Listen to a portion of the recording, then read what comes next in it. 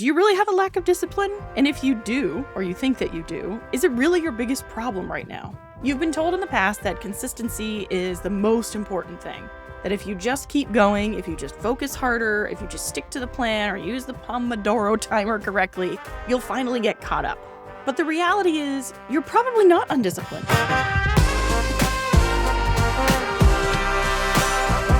Welcome to What Was I Supposed to Be Doing? Time management, prioritization, and focus for when the whole business runs from your brain. I'm Lauren Glenn. I've been in the online business space for over a decade, and I've helped everyone from small business owners to Fortune 500 companies stop reacting to their business and start running it with purpose. These days, I work with service-based entrepreneurs who are booked out, overwhelmed, and tired of always feeling behind. Together, we create time management strategies that match your brain, your energy, and the business you're actually running, not the one hustle bros say you should have. Around here, you'll get honest takes, practical strategies, and maybe a little swearing, so you can finally follow through on the stuff that matters and stop stressing over everything else. Let's get into it. Today, we're going to be making some people mad. We're going to be talking through some things that may hurt some feelings. It may make you feel some things, but that's okay. We're going to work through it together. Today, we're going to be talking about 5 time management myths that maybe you followed in the past. We've all done it. We've all seen the gurus. We've seen the agency girlies. We've seen the hustle bros. And we thought, I want what they have. I want the business that they have. And so we followed their advice. We followed the things that they recommend that we do to manage our time in order to accomplish what they have accomplished so that we can be like them.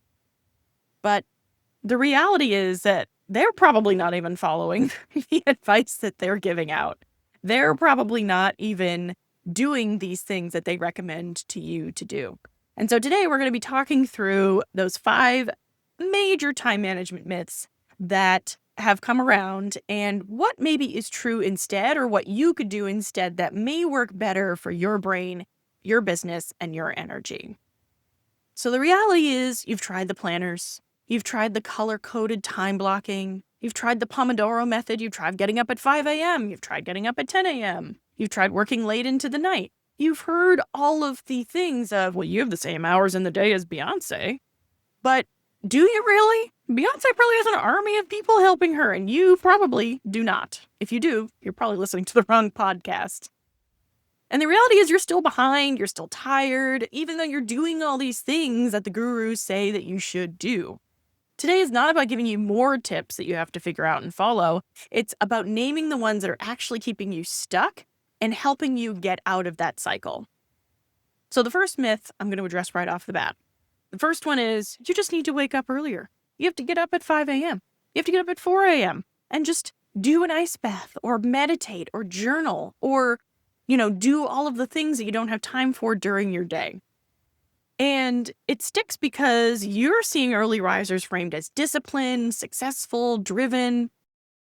But the reality is that you probably more likely just need to use the hours you do have more strategically. You have to get better at carving out time for when your brain is at its best. Is your brain at its best at 5 a.m.? I'm guessing probably not. Some of you maybe. You may be early risers, and that's fine. There's nothing wrong with that. It's more about figuring out when your brain is at its best. My brain is at its best probably around 11 in the morning. Between 11 and 2, 11 and 3, that's when I'm the perkiest. It's like 1:30 right now, so I am awake and ready to go. I haven't had lunch yet, so that could also be part of it. But that's when my brain is working at its best. It's not working at 5 a.m. And it's definitely not working any earlier than that. And also, my brain doesn't work after like 4 in the afternoon. So I know when my brain is most awake, most likely to think through things in a logical way. And so that's what works for me. And obviously, there are constraints around this, right? If you have a family, if you have kids, like you may not always be able to work during your highest output, your highest productivity time. But at least be aware of when it is so that when you can work during that time, you're able to take advantage of it. And the problem with this myth is it feels like it should work. It feels like, well, if I just had more time, if I just had more hours in the day, then I'll finally get ahead. I'll finally get on top of things. But what actually happens is you set your alarm earlier and actually spend it catching up on client messages or cleaning up yesterday's loose ends or cleaning up your inbox or scrolling Instagram. Or you hit that productivity groove in the morning, it's nice and quiet, you're able to focus, nobody's asking you for things. But then by the time 10 a.m. kicks around, even that third cup of coffee can't really wake you up. And now you're in client meetings and you're trying to do everything with everyone else in your business, or you're trying to really continue that wave of productivity that you had first thing in the morning, but you're just so tired because you got up at 5 a.m. that you can't keep it going. You can't keep being productive all day long. And so the reality is you really just have a specific window in a day that you can be realistically productive. And whether that's at 5 a.m. or 2 in the afternoon, that's totally up to you and your physiology and your brain. But you probably have a finite amount of time in the day that you can be productive. So just adding more hours isn't actually going to make you get more done. And so what this myth really ignores is that energy doesn't equal time. Just because you have more time doesn't mean you actually have the energy to fill that time. If you're exhausted or unfocused, adding more hours is just pouring water into a bucket that's already overflowing. So what actually happens is by adding more hours, you're just extending your energy across more time and making yourself more exhausted. You're not really giving yourself more productive time. You're stretching out your energy across more hours. So you have less energy to dedicate to the things that you're doing within those hours. So then you're just using your energy to keep going, to stay afloat and not actually get anything productive done or not do it well. So instead of just getting up earlier, what you should do is decide what you want to accomplish, what your priorities are, where your time and attention need to go, and not necessarily, oh, if I just get up earlier, then I'll get lots done. And whenever possible, guard those times during the day where your energy is at its highest, where you can focus the best. And again, I recognize that this is not always possible for everybody. There are a lot of life circumstances that mean you have to work when you can work. But whenever possible, try to protect those highest focus hours for your most important work. Ask yourself, what's the one thing I can get done today that would make everything else easier or less crowded or less noisy? And do that thing as opposed to tomorrow I'm going to set my alarm for 5 a.m., but have no real plan for what it is I'm going to get done during those extra hours. Myth number 2, you just need to use time blocking. Now, I will say, I have used time blocking successfully in the past. However, I don't use it now. And the reason I don't use it now is because I have a lot of things going on in my life, as I'm sure you do too. It's really hard for me to predict when I'm going to be able to work on my business, when I'm going to be able to actually focus on the things that have to get done. Having time blocking right now for me is just not realistic. And I'm guessing for you, it's probably not realistic either. If it is, and it works for you, then great. But it's not the answer for everybody. The reason that this myth has been so pervasive is that time blocking feels productive. It gives you that illusion of control. You look at your schedule and you think, this is what I'm going to get done in this amount of time, whether I, come hell or high water. But what you should actually be doing instead, even if you time block, is looking at what your priorities are and using your available time to focus on those priorities. So for example, if you are launching a new offer and you want to really think through what that offer is, and you know that you need time to sit down and focus and think about it, on your list of priorities, you have design new offer. And then when you get that block of time, maybe expectedly or unexpectedly, available to you to focus on that, then you know, okay, now I have this time. This is exactly what I'm going to focus on. This is where my energy is going to go. And so you have a plan of priorities of where your time and focus should go. I talk a lot about this in episode 2, all about prioritization, so go ahead and listen to that if you haven't already. Myth number 3, you just need more discipline and then you can power through anything. But I want you to ask yourself, do you really have a lack of discipline? And if you do, or you think that you do, is it really your biggest problem right now? You've been told in the past that consistency is the most important thing. That if you just keep going, if you just focus harder, if you just stick to the plan or use the Pomodoro timer correctly, you'll finally get caught up.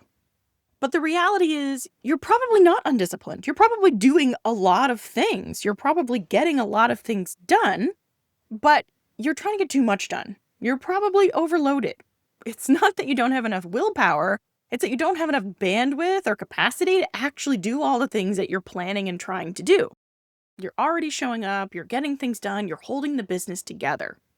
But what actually happens is that plan that you had to just push through and get more done after this other thing, or more done after this call, or, more done after the kids go to bed, you sit down and stare at the screen and you're just too fried. You can't even think because you're not working with your energy. You're not working to the priorities that you have, and you're not being realistic about the time and capacity and energy that you have to commit to these things that you think you have to get done. And then you start blaming yourself for not getting the things done because your brain is mush. And because you've been in client meetings all day, or you've been back-to-back Zoom calls, or you've been recording podcast episodes, and your brain is just fried and you can't think through everything, and you think, oh, I just need to focus. I just need to double down. But the reality is that your brain has a limited amount of capacity. It has a very finite amount of focus that you can put on things. And so if you're giving all of your energy to specific things and then trying to do more things, then your brain is like, I just can't. I can't do it anymore. I can't. And you have to accept that, because if you try to keep powering through and think that you just need to be quote unquote more disciplined, then you're probably not going to produce high quality things anyway. And so you really want to make sure that you're honoring your energy, you're honoring what your brain is trying to tell you. And if you have back-to-back Zoom calls all day, or you're recording podcast episodes all day, or you're focusing on defining your offer all day, and then you try to do something else after that, your brain is probably going to be like, no, we're done. That's it. And you have to respect that. So what you should do instead is track when your focus actually shows up. When are you most productive? When are you really able to zero in on the thing that is in front of you? And stop treating every task like it's equally important. Some things need your best brain. Some things really need that focused from you. Others need you just to kind of show up. As long as you're there, you show up and it'll get done good enough. But you want to make sure that you're differentiating between the two so that you're not using the wrong level of energy for the wrong activities. And also, I want you to learn how to treat rest as a strategy, not reward. You don't only get rest because you get certain things done. You need to rest in order to get certain things done. You need to rest in order to be at your best. You need to build rest into your plan and not just, I'll just rest when I'm done. What's the saying? I'll rest when I'm dead. Yeah, we're not doing that anymore. And if you're realizing that your time problem isn't really about time, and it's not really about laziness or lack of discipline, but about your capacity, then I want you to take a look at my Hell Yes Hard Pass task sorter. It's built exactly for when you're in that moment of what exactly do I want to be doing with my time? Where is my energy the best? And how do I figure all that out? How do I sort of line those pieces up? That's exactly what the task sorter helps you to do. It helps you stop trying to power through everything and start making smarter calls about what actually deserves your energy, your time, and your focus. You can grab it at laurenglynn.com/hellyes or from the show notes below. And if you're tired of feeling behind no matter how hard you try, this tool is your next move. And I just want to add, it's totally free. It's a Notion template where you can set up and customize it for what you need to help figure out where your time and energy need to go. If you're not sure what to keep, what to drop, where your time is actually going, then the task sorter is here to help. It's a simple tool that helps you sort through the noise and see what's really worth your time. Again, the link is in the show notes or at laurenglynn.com/hellyes. Okay, myth number 4. And I've already addressed this in a whole episode, but we're going to touch on it here. And the myth is multitasking helps you move faster. I want you to really question this one. Are you actually getting more done, or are you just kind of touching more things, but nothing is still really getting done? Or nothing's getting done as well as it could and should be? This myth is pervasive because it feels like you're being efficient to keep moving. You're answering a DM while in a meeting, while skimming your inbox, and it feels like you're making progress even though nothing is really getting finished. A better way of framing this is multitasking creates motion, but not momentum. It actually scatters your focus and slows your brain down, and there has been a lot of science to support this, that multitasking is not a thing. It doesn't actually exist with your brain. You cannot actually multitask because your brain can actually only focus on one thing at a time. every time you switch between tasks, you're losing that little bit of energy, you're losing that little bit of time, and you're losing the focus that you had on the original task. And so you're not thinking deeply about what it is that you're focusing on. I actually went all in on this one in episode 3, is multitasking killing your productivity? So make sure you check out that episode below to get more information. So instead of trying to multitask, you should be protecting that uninterrupted block of work that you're trying to work on, even if it's just 60 to 90 minutes, whatever that is possible, even if it's just 30 minutes, whatever is possible for you, find that uninterrupted block of work each day to really focus on the things that need your deep focus. You can also help by batching tasks that are similar together so that you don't have to keep switching between different things. So, for example, if you're creating social media content, maybe you write all your captions in one sitting as opposed to writing one caption, creating one graphic, and scheduling one thing. Sit down and do all of those similar tasks together to preserve that focus and that brain space. And the really important one, which I know is hard for all of us in our short-term attention spans these days, but pick one thing and then see it through all the way before you switch to the next thing. And I know this is hard, and I know that I'm pretty sure I have undiagnosed ADHD because this one is really hard for me. But I do find that if I can sit down and really focus on that one thing and see it all the way through, it makes a world of difference in the quality of the work that I'm producing. So really understand that by focusing on one thing at a time, you're providing a much higher quality output than if you try to do a million things at once. And finally, myth number 5, you need to say yes to everything to stay relevant. And I want you to ask yourself, are you building your schedule for yourself or are you building it for everyone else? And the reason this myth is so pervasive is you don't want to miss out. You want to be helpful. You have learned that you have to always say yes to things. You think that you need to be there for your clients and for everyone else. And you're afraid that if you say no, people won't ask again, that opportunities will dry up or people will think that you're not committed to your business or, whatever the case may be. But a better way to think about this is saying yes to everything. Yes, it keeps you visible, but it makes you unavailable for the things that are actually important. And so if you say yes to everything, then you're not able to focus on what's important to you. And it may make you too busy to say yes to the things that are actually important. Like you may get invited to be on a podcast that's sort of tangential to your business. It's maybe like in the health space, but you do marketing. And you're like, well, marketing, I could help, people that are in the health space market, even though that's not really my target audience. Any publicity is good publicity, right? But then you get invited to be on a podcast that is all about marketing and is all about small businesses and things like that. And that would be a better fit for you. But the only time they have available is when you're already interviewing for this other podcast. And so by saying yes to this one that wasn't really a great fit, you're missing the opportunity to say yes to this one that is a perfect fit and a great fit. And obviously that's a very specific example, but it extrapolates out into everything else in business. By agreeing to do these, just one more thing, or, yes, I'll do your thing, even though it's not the right fit, you're missing out on the things that actually could help your business and move your business forward. You're also not protecting your time and your energy in the way that you need to be successful in your business with your time and your energy. So what you can do instead is start your week by locking in your priorities, whatever's most important to you, before you open your calendar to others. And actually, I would say start your month by figuring out, my kid has a soccer game on this day or a dance recital, or I have to do pickup at this time. So I'm not available on my calendar. And blocking that out so other people can't book over that time.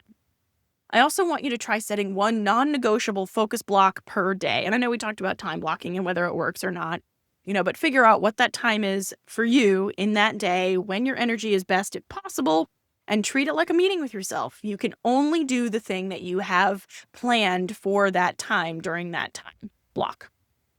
And then finally, you can also try saying, practice saying not this week instead of sure.